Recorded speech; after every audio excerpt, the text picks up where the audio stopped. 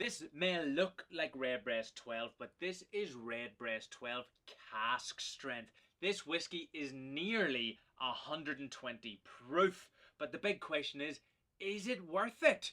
Or is it just a waste of money for something that's too powerful, too alcoholic, and you should maybe just stick with the classic Redbreast 12? Well, let's taste it and find out.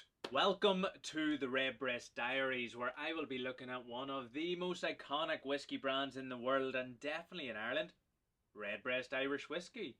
I've literally tried to get my hands on as many Redbreast bottles as I could, so I'm just going to be tasting them, talking about them, and maybe even a wee bit of history here and there. So yeah, take a seat, grab a whiskey, and let's jump into this episode.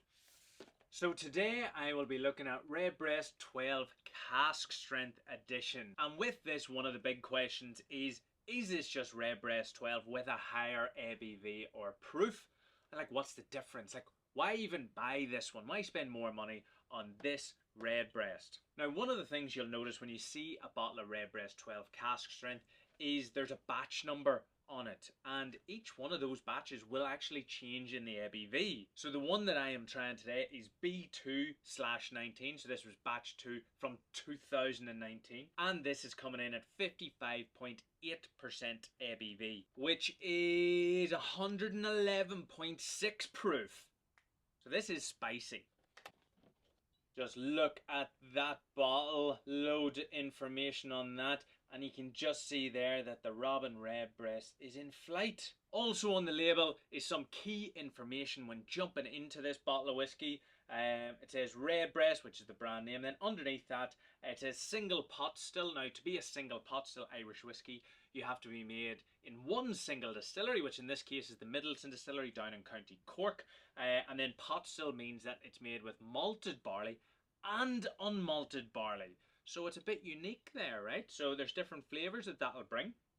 Underneath, it also says Irish whiskey, so that means that it has to be aged for at least 3 years on the island of Ireland. It has to be matured in wooden casks such as oak, and it must be bottled at least 40% ABV. Now this one, like I said, comes in at 55.8% ABV, so well over that limit. Then it says cask strength, which isn't actually a legal term, but it's widely accepted that it's over 50% or 100 proof. Then it says aged for 12 years. So that means that the youngest whiskey in this bottle is at least 12 years old. Because in Irish whiskey, if you put like a 12-year-old and a 13, 14, 15-year-old into this bottle, even a 40-year-old into this bottle, it still has to say the age of the youngest that goes into it. So the youngest whiskey in this bottle is 12 years old. Then it says triple distill, so that means that they distill 3 times. Now in Ireland, you only have to distill twice,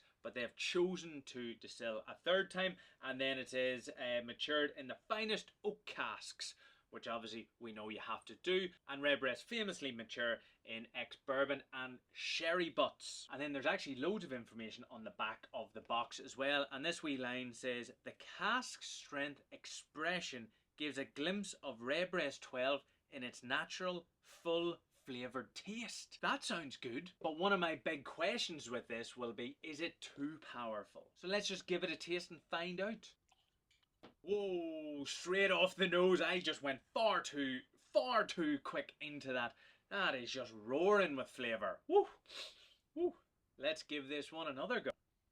I actually get this big, dark, like raspberry jam, very jammy on the nose, kind of mixed with dried fruits and the nuts, which, you know, is kind of to be expected, but that oak influence, right? Big, like kind of like a rich vanilla coming off the nose. That kind of Madagascar and spiced vanilla is definitely coming off the nose with that jammy element. Packs a punch on the aroma, right? It's like all those aromas are just dialed up, right? But it's not alcohol burn. It's not ethanol burn.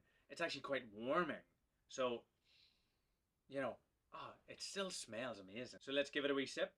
Right, just before I taste this glass of Redbreast 12 Cask Strength, if you're not subscribed to my channel, just click subscribe right now. Honestly, it helps so much. And if you are actually subscribed, give this one a wee like. That helps too. But yeah, I'm trying to grow the following so more people see these wonderful videos. You know what I mean? Yeah, cool. Let's go taste some. Alright, let's give it a wee taste. Woo! It's definitely Cask Strength. So after that initial kind of kick, right, it was like kind of getting kicked by a horse in the face, in the mouth. Going in for that second sip, it's like this kind of like cinnamon sugar syrup has just washed over my tongue, like kind of nicely spiced with a beautiful sweetness on the tip of the tongue. That vanilla backbone is in there, sugary toffee. That's just what's like evolving down the side of both my mouths. That's what I'm tasting down the side of my mouth. Oh, these flavors just keep interacting and keep going. Like the finish is now, I would say, past medium. I'd say this is definitely medium to long. Give it another wee sip.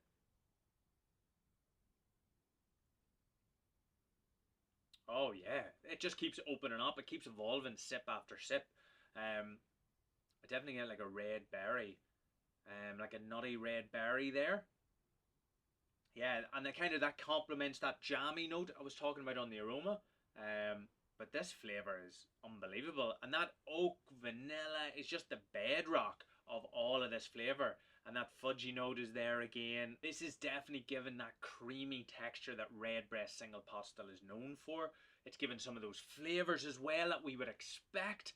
But there's something exciting about this. There's a lot more going on than just the same, but more alcoholic. Like there's more flavor in this. Like there's fun stuff in this glass. Now the big question is, with cask strength whiskey, should I add water? Alright, some people think that because it's cask strength you should water it down to your own drinking preference, and I must admit, buying a cask strength whiskey, you actually have that luxury, because this is coming in at such a high percentage and proof that you can add water yourself to get it to the taste profile that you want. It's harder to do that with a 40% whiskey, but it's a lot easier to do it when it's so high, right?